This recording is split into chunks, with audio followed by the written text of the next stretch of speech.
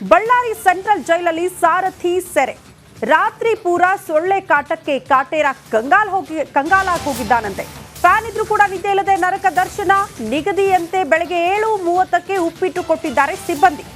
ಬೆಳಗಿನ ಉಪಹಾರ ಬೆಳಗ್ಗೆ 7:30ಕ್ಕೆ. ಜೈಲಿನ ರೂಲ್ಸ್ ಪ್ರಕಾರ 7:30ಕ್ಕೆ ಉಪ್ಪಿಟ್ಟು ಕೊಟ್ಟರು. ದರ್ಶನ್ಗೆ 355 ಗ್ರಾಂ ಉಪ್ಪಿಟ್ಟು ಕೊಟ್ಟಿದ್ದಾರೆ ಸಿಬ್ಬಂದಿ. ಆದರೆ ದರ್ಶನ್ ವರಸೆ ನೋಡಿ, ಬೇಡ ಆಮೇಲೆ ತಿಂತೀನಿ ಅಂತ ದಾಸ ಅದನ್ನ ವಾಪಸ್ ಕಳಿಸಿದ್ದಾರೆ ಅನ್ನೋದ್ರ ಡೀಟೇಲ್ ಸಿಗ್ತಾ ಇದೆ. ಪರಪ್ಪನ ಅಗ್ರಹಾರದಲ್ಲಿ ಆರಾಮಾಗಿದ್ದಂತಹ ದಾಸ ಈಗ ಬಳ್ಳಾರಿ ಜೈಲಲ್ಲಿ ಕಂಬಿ ಹಿಂದೆ ನರಕ ಯಾತನೆ ಅನುಭವಿಸ್ತಿದ್ದಾನೆ. ರಾತ್ರಿ ಪೂರ ಸೊಳ್ಳೆ ಕಾಟ, ಫ್ಯಾನ್ ಇದ್ರೂ ಕೂಡ ನಿದ್ದೆ ಇಲ್ಲ. ಬೆಳಗ್ಗೆ ಉಪ್ಪಿಟ್ಟು ಬಂದರೂ ಕೂಡ ತಿನ್ನೋಕೆ ಮನಸ್ಸಿಲ್ವಂತೆ. ಬೇಡ ಅಂತ ವಾಪಸ್ ಕಳಿಸಿದ್ದಾರೆ ಆ ಉಪ್ಪಿಟ್ಟನ್ನ.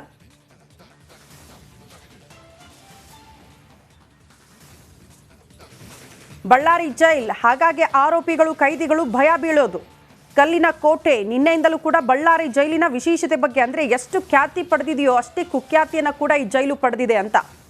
ಇಲ್ಲೂ ಕೂಡ ರಾಜಾತಿಥ್ಯ ನೀಡಲಾಗ್ತಾ ಇತ್ತು ಅನ್ನುವಂತಹ ವಿಚಾರ ಹಲವರು ಅಲ್ಲಿ ಇದ್ದು ಆಚೆ ಬಂದಂಥವರು ಮಾತನಾಡ್ತಾ ಇದ್ದಂಥ ಸಂದರ್ಭದಲ್ಲಿ ಹೇಳ್ತಾ ಇದ್ರು.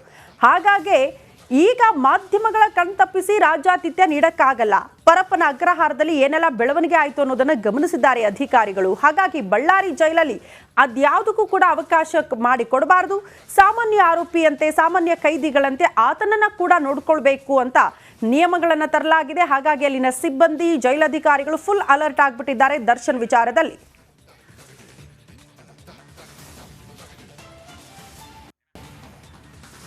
ಈ ಬಗ್ಗೆ ಮತ್ತಷ್ಟು ಡೀಟೇಲ್ಸ್ ಅನ್ನ ಕೊಡ್ತಾ ಹೋಗ್ತಾರೆ ನನ್ನ ಇಬ್ಬರು ಸಹೋದ್ಯೋಗಿಗಳು. ನೇರ ಸಂಪರ್ಕದಲ್ಲಿ ಜಾಯಿನ್ ಆಗ್ತಿದ್ದಾರೆ. ಒಂದ್ ಕಡೆ ರೇಣುಕಾರಾಧ್ಯ, ಮತ್ತೊಂದು ಕಡೆ ನನ್ನ ಸಹೋದ್ಯೋಗಿ ರಂಜಿತ್ ಶಿರಿಯಾರ್ ನೇರ ಸಂಪರ್ಕದಲ್ಲಿ ಜಾಯಿನ್ ಆಗ್ತಿದ್ದಾರೆ. ಮೊದಲೇದಾಗಿ ರೇಣುಕಾರಾಧ್ಯ, ಬೆಳ್ಳಂಬೆಳಗ್ಗೆ ತಿಂಡಿ ಕೊಟ್ಟರು ಕೂಡ ಬೇಡ, ರಾತ್ರಿ ಪೂರ ನಿದ್ದೆ ಇಲ್ಲ, ಸೊಳ್ಳೆ ಕಾಟ, ಮೋಸ್ಟ್ಲಿ ಈಗ ನರಕ ದರ್ಶನ.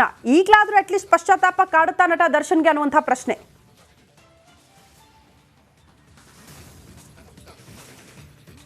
ಖಂಡಿತ ಶ್ರುತಿ, ನೀವು ಹೇಳಿದಾಗೆ ಬಳ್ಳಾರಿ ಜೈಲು ಅಂದರೆ ನಿಜಕ್ಕೂ ಸಾಮಾನ್ಯವಲ್ಲ.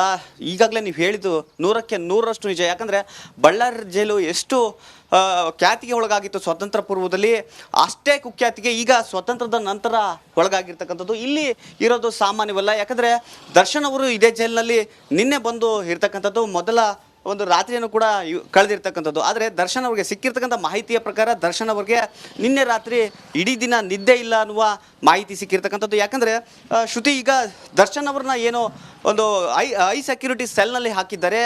ಐ ಸೆಕ್ಯೂರಿಟಿ ಸೆಲ್ ನಂಬರ್ 15ಕ್ಕೆ ಏನು ಹಾಕಿದ್ದಾರೆ, ಅಲ್ಲಿ ಯಾವುದೇ ರೀತಿಯ ಉನ್ನತ ಸೌಲಭ್ಯಗಳಿಲ್ಲ. ಕೇವಲ ಒಂದು ಫ್ಯಾನ್ ಇರುತ್ತೆ, ಒಂದು ಲೈಟ್ ಇರುತ್ತೆ, ಜೊತೆಗೆ ಅಟ್ಯಾಚ್ ಬಾತ್ರೂಮ್ ಮಾತ್ರ ಇರುತ್ತೆ. ಇನ್ನು ಆ ಸೆಲ್ಗೆ ಡೋರ್ ಇಲ್ಲದೆ ಇರತಕ್ಕಂಥ ಹಿನ್ನೆಲೆಯಲ್ಲಿ ಕಂಬಿಗಳಿರ್ತಾವಲ್ಲ, ಅದರಲ್ಲಿ ಸೊಳ್ಳೆಗಳು ಸಾಕಷ್ಟು ಹೋಗ್ತವೆ. ಹೀಗಾಗಿ ಸಂಪೂರ್ಣ ಇಡೀ ದಿನ ರಾತ್ರಿ ನಿದ್ದೆ ಮಾಡಿಲ್ಲ ಅನ್ನುವ ಮಾಹಿತಿ ಲಭ್ಯವಾಗಿದ್ದರೆ, ಇನ್ನೊಂದು ಕಡೆಗೆ ದರ್ಶನ್ ಅವರು ಒಂದಷ್ಟು ಮಾನಸಿಕವಾಗಿ ಕುಗ್ಗಿದ್ದಾರೆ ಅಂತ ಕೂಡ ಹೇಳಲಾಗ್ತಾ ಇರ್ತಕ್ಕಂಥದ್ದು. ಯಾಕಂದರೆ ಪರಪ್ಪನ ಅಗ್ರಹಾರ ಜೈಲಿನಲ್ಲಿ ಎಲ್ಲ ರೀತಿಯ ವಿಲಾಸಿ ಜೀವನವನ್ನು ಅಲ್ಲಿ ನಡೆಸಿದ್ರು. ಆದರೆ ಮೊದಲನೇ ದಿನ ಬಳ್ಳಾರಿ ಜೈಲಿನಲ್ಲಿ ನಿಜಕ್ಕೂ ನರಕದ ರೀತಿಯಾಗಿ ಭಾಸವಾಗಿದೆ ಅನ್ನುವ ಮಾಹಿತಿ ಈಗ ನಮಗೆ ಲಭ್ಯವಾಗಿರ್ತಕ್ಕಂಥದ್ದು. ಇನ್ನು ಬೆಳಗ್ಗೆ 7:30ಕ್ಕೆ ಜೈಲಿನ ಸಿಬ್ಬಂದಿ, ಅಂದರೆ ಎಲ್ಲ ಕೈದಿಗಳಿಗೂ ಕೂಡ ಬೆಳಗ್ಗೆ 7:30ಕ್ಕೆ ಬಳ್ಳಾರಿ ಸೆಂಟ್ರಲ್ ಜೈಲಿನಲ್ಲಿ ಟಿಫನ್ ಅನ್ನು ನೀಡ್ತಾರೆ. ಇವತ್ತಿನ ನಿಯಮದ ಪ್ರಕಾರ, ಅಂದರೆ ಇವತ್ತಿನ ಮೆನು ಪ್ರಕಾರ ಇವತ್ತು ಎಲ್ಲ ಕೈದಿಗಳಿಗೂ ಉಪ್ಪಿಟ್ಟನ್ನು ಕೊಡ್ತಾರೆ. ಅದೇ ರೀತಿಯಾಗಿ ದರ್ಶನ್ ಅವ್ರಿಗೂ 335 ಗ್ರಾಂ ಉಪ್ಪಿಟ್ಟನ್ನು ನೀಡಿದ್ರು. ಆದರೆ ದರ್ಶನ್ ಅವರು ಅದನ್ನು ಆಮೇಲೆ ತಿಂತೀನಿ ಅಂತ ಹೇಳಿರ್ತಕ್ಕಂಥ ಹಿನ್ನೆಲೆಯಲ್ಲಿ ಸಿಬ್ಬಂದಿ ಆ ಒಂದು ಕೊಠಡಿಯಲ್ಲಿ ಉಪ್ಪಿಟ್ಟನ್ನು ಹಿಟ್ಟು ಬಂದಿದ್ದಾರೆ ಅಂತ ಈಗ ನಮಗೆ ಮಾಹಿತಿ ಲಭ್ಯವಾಗಿರ್ತಕ್ಕಂಥದ್ದು. ಒಟ್ಟಾರೆಯಾಗಿ ಹೇಳೋದಾದರೆ ದರ್ಶನ್ ಅವರಿಗೆ ಪರಪ್ಪನ ಅಗ್ರಹಾರ ಜೈಲಿಗಿಂತ ಸೆಂಟ್ರಲ್ ಜೈಲ್ ಅತ್ಯಂತ ಕಠಿಣವಾಗಿ ಅವರಿಗೆ ಭಾಸವಾಗ್ತಾ ಇರ್ತಕ್ಕಂಥದ್ದು. ಬಳ್ಳಾರಿಯ ಸೆಂಟ್ರಲ್ ಜೈಲ್ ಅಂದ್ರೆ ಹಿಂಗೆ ಇರುತ್ತೆ ಅನ್ನೋದು ಈ ಹಿಂದೆಯೇ ಗೊತ್ತಾಗಿತ್ತು. ಈಗಲೂ ಕೂಡ ಅದೇ ರೀತಿಯಾದ ವಾಪಸ್ ಬರ್ತೀನಿ, ಹಾಗೆ ಸಂಪರ್ಕದಲ್ಲಿರಿ. ಮತ್ತೊಂದು ಅಪ್ಡೇಟ್ ಲಭ್ಯವಾಗ್ತಾ ಇದೆ. ಬಳ್ಳಾರಿ ಜೈಲ್ನಲ್ಲೂ ಕೂಡ ಪೊರ್ಕಿಯ ಪುಸ್ತಕ ಪ್ರೇಮ. ಪ್ರೇಯಸಿ, ಫ್ರೆಂಡ್ ಇಲ್ಲದೆ ಕಾಟೇರ ಒಬ್ಬಂಟಿ ಆಗ್ಬಿಟ್ಟಿದ್ದಾನೆ ಬಳ್ಳಾರಿ ಜೈಲಲ್ಲಿ. ಪುಸ್ತಕದ ಮೊರೆ ಹೋಗಿದ್ದಾನಂತೆ ದಾಸ. 2 ದೊಡ್ಡ ಪುಸ್ತಕದ ಬ್ಯಾಗ್ಗಳೊಂದಿಗೆ ಬಂದಿರುವ ಡೆವೆಲ್. 20ಕ್ಕೂ ಹೆಚ್ಚು ಪುಸ್ತಕ ಜೊತೆಗಿಟ್ಕೊಂಡಿದ್ದ ದರ್ಶನ್ ಅದರ ಜೊತೆಯಲ್ಲೇ ಬಂದಿದ್ದಾನೆ. ಪುಸ್ತಕ ಓದ್ತಿದ್ದಾನಂತೆ, ಮೌನಕ್ಷರನಾಗಿದ್ದ. ನಿನ್ನೆ ಯಾವಾಗ ಬಳ್ಳಾರಿ ಜೈಲ್ಗೆ ಶಿಫ್ಟ್ ಆದ್ನೋ ನಟ ದರ್ಶನ್, ಆಗಿನಿಂದಲೂ ಕೂಡ ಮಾತುಕತೆ ಇಲ್ಲ. ಬೆಳಗ್ಗೆ ಉಪಹಾರ ಇರಲಿಲ್ಲ, ಮಧ್ಯಾಹ್ನ ಊಟ ತಿರಸ್ಕಾರ, ಬಟ್ ರಾತ್ರಿ ಹೊತ್ತು ಸ್ವಲ್ಪ ಊಟ ಮಾಡಿದ್ರು ಅನ್ನುವಂಥ ವಿಚಾರ ಜೈಲಧಿಕಾರಿಗಳಿಂದ ಮಾಧ್ಯಮಗಳಿಗೆ ಸಿಕ್ಕಿರುವಂಥ ಮಾಹಿತಿ. ಬಟ್ ಈಗ ನೋಡಿ, ಒಬ್ಬಂಟಿ ಜೀವನ ಬಳ್ಳಾರಿ ಜೈಲ್. ಈಗ ನರಕ ಯಾತನೆ. ಹಾಗಾಗಿ ಅಟ್ಲೀಸ್ಟ್ ಈಗಲಾದರೂ ಆತನಿಗೆ ಪಶ್ಚಾತ್ತಾಪ ಕಾಡುತ್ತಾ ಅನ್ನೋದು ಪ್ರಶ್ನೆ. ಈ ಬಗ್ಗೆ ಮತ್ತಷ್ಟು ಡೀಟೇಲ್ಸ್ ಅನ್ನು ಕೊಡ್ತಾ ಹೋಗ್ತಾರೆ ನಮ್ಮ ಪ್ರತಿನಿಧಿ ರೇಣುಕಾರಾಧ್ಯ ನೇರ ಸಂಪರ್ಕದಲ್ಲಿ ಜಾಯಿನ್ ಆಗ್ತಿದ್ದಾರೆ. ರೇಣುಕಾರಾಧ್ಯ, ಒಂದು ಉದ್ದೇಶ, ಮಾಡಿರುವಂತಹ ತಪ್ಪಿಗೆ ಪಶ್ಚಾತ್ತಾಪ ಪಡಲೇಬೇಕು, ಅದಿಲ್ಲದೆ ಬಿಂದಾಸ್ ಹಾಕಿ ಲೈಫ್ ಲೀಡ್ ಮಾಡೋದು, ನಾನು ತಪ್ಪೇ ಮಾಡಿಲ್ಲ ಅನ್ನೋ ರೀತಿಯಲ್ಲಿ ಬಿಹೇವ್ ಮಾಡೋದು, ಎಲ್ಲಿದ್ರೂ ಕೂಡ ರಾಜನ ರೀತಿಯಲ್ಲಿ ಇರ್ತೀನಿ ಅಂತ ತೋರಿಸ್ಕೊಳ್ಳೋದು, ಇದೆಷ್ಟರ ಮಟ್ಟಿಗೆ ಸರಿ ಅನ್ನೋದು ಪ್ರಶ್ನೆಯಾಗಿತ್ತು. ಮೋಸ್ಟ್ಲಿ ಬಳ್ಳಾರಿ ಜೈಲ್ ಅದೆಲ್ಲದಕ್ಕೂ ಕೂಡ ತದ್ವಿರುದ್ಧವಾಗಿದೆ ಅಂತ.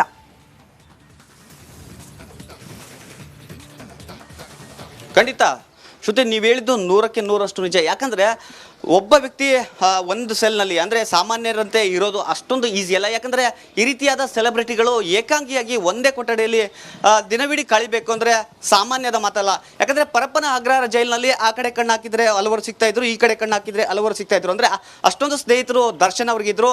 ರೌಡಿ ಶೀಟರ್ಗಳು ಕೂಡ ಅಲ್ಲಿ ದರ್ಶನ್ ಅವ್ರನ್ನ ಮೀಟ್ ಮಾಡಿದ್ರು. ಅವರಿಗೆ ಏಕಾಂಗಿತನ ಕಾಡ್ತಾ ಇರಲಿಲ್ಲ. ಆದರೆ ಈಗ ಏನು ಬೆಂಗಳೂರಿನ ಸೆಂಟ್ರಲ್ ಜೈಲಿಗೆ ಬಂದಿದ್ದಾರೆ. ಇಲ್ಲಿ ಐ ಸೆಕ್ಯೂರಿಟಿ ಸೆಲ್ ಬಳಿ ಯಾರನ್ನು ಕೂಡ ಬಿಡೋದಿಲ್ಲ. ಹೀಗಾಗಿ ದರ್ಶನ್ ಅವರು ನಿನ್ನೆ ಅಂದರೆ ಪರಪ್ಪನ ಅಗ್ರಹಾರ ಜೈಲಿನಲ್ಲಿ ಇದ್ದಾಗಲೂ ಕೂಡ ಕೆಲವೊಂದು ಬುಕ್ಗಳನ್ನು ಅವರ ಬಳಿ ಇಟ್ಕೊಂಡಿದ್ರು.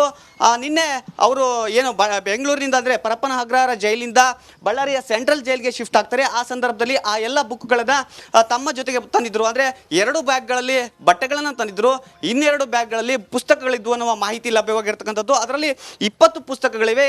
ಕನ್ನಡ ಮತ್ತು ಇಂಗ್ಲಿಷ್ 2 ಭಾಷೆಯಲ್ಲಿ ಪುಸ್ತಕಗಳನ್ನು ಇಟ್ಕೊಂಡಿರ್ತಾರೆ. ಅವುಗಳನ್ನು ಈಗ ಓದೋದಕ್ಕೂ ಕೂಡ ಪ್ರಯತ್ನ ಪಡ್ತಾ ಇದ್ದಾರೆ. ಅಂದರೆ ಈಗಾಗಲೇ ಕೆಲವೊಂದು ಪುಸ್ತಕಗಳನ್ನು ಪರಪ್ಪನ ಅಗ್ರಹಾರ ಜೈಲಿನಲ್ಲಿ ಓದಿ ಮತ್ತೆ ಅವನ್ನ ವಾಪಸ್ ಕೊಟ್ಟಿದ್ದಾರೆ ಅಂತ ಈಗಾಗಲೇ ಹೇಳಿರ್ತಕ್ಕಂಥದ್ದು. ಇನ್ನೂ ಕೆಲವೊಂದಿಷ್ಟು ಪುಸ್ತಕಗಳನ್ನು ಇಲ್ಲಿಗೆ ತಂದಿದ್ದಾರೆ. ಒಂದು ರೀತಿ ಎಲ್ಲೋ ಈ ರೀತಿಯಾದ ಪುಸ್ತಕಗಳನ್ನು ಓದೋದ್ರಿಂದ ಆದರೂ ಕೂಡ ಅವರ ಒಂದು ಮನಸ್ಥಿತಿ ಬದಲಾಗಬಹುದು ಅನ್ನೋದು ಒಂದು ಸಾಮಾನ್ಯವಾಗಿ ನಮಗೆ ತಿಳಿತಾ ಇರ್ತಕ್ಕಂಥ ಅಂಶ ಅಂತ ಹೇಳಿದ್ರೆ ತಪ್ಪಾಗಿಲ್ಲ. ಶ್ರುತಿ, ಓಕೆ ರೇಣುಕಾರಾಧ್ಯ, ಧನ್ಯವಾದಗಳು ತಮ್ಮೆಲ್ಲ ಮಾಹಿತಿಗೆ.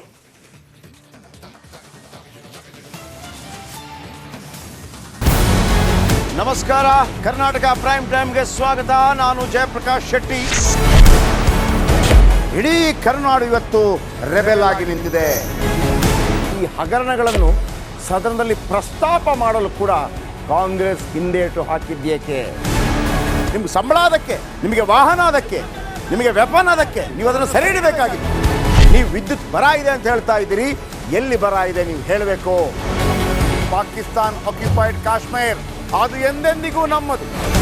40 ಮೆಷಿನ್ಗಳು ತಂದಿತ್ತು ನೋಟ್ ಎಣಿಸುವುದಕ್ಕೆ, ಅದೇ ಹಾಳಾಯಿತು. ಮಥುರಾದ ಗಲಾಟೆ ಇದೆಯಲ್ಲ, ಅದು ಸ್ಥಳೀಯವಾಗಿ ಕೂತು ಪರಿಹರಿಸಬಹುದಾದಂಥ ಕಾನೂನಿದೆ. ಗ್ಯಾರಂಟಿ ಯೋಜನೆಯಿಂದ ನಷ್ಟ ಆಗಿದೆ, ಲಾಭ ಆಗಿದೆ, ದಯವಿಟ್ಟು ಹೇಳಿ. Dawood Ibrahim most wanted criminal ಯಾವಾಗಾದ ಅಂದರೆ ಇಲ್ಲಿ ತನಕ ಭಾರತ ದೇಶದಲ್ಲಿ ಓರ್ವ ದಲಿತ ಪ್ರಧಾನಿಯಾದಂಥ ಇತಿಹಾಸವೇ ಇಲ್ಲ.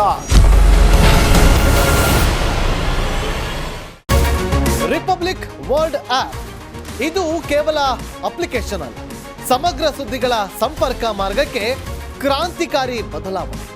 ರಿಪಬ್ಲಿಕ್ ವರ್ಲ್ಡ್ ಆಪ್ ಕೇವಲ ಸುದ್ದಿ ಅಪ್ಲಿಕೇಶನ್ ಅನ್ನ ಪರಿಚಯ ಮಾಡ್ತಾ ಇಲ್ಲ, ಬದಲಾಗಿ ಡಿಜಿಟಲ್ ಸುದ್ದಿ ಬಳಕೆಯ ಹೊಸ ಯುಗಕ್ಕೆ ನಾಂದಿ ಹಾಡ್ತಾ ಇದೆ.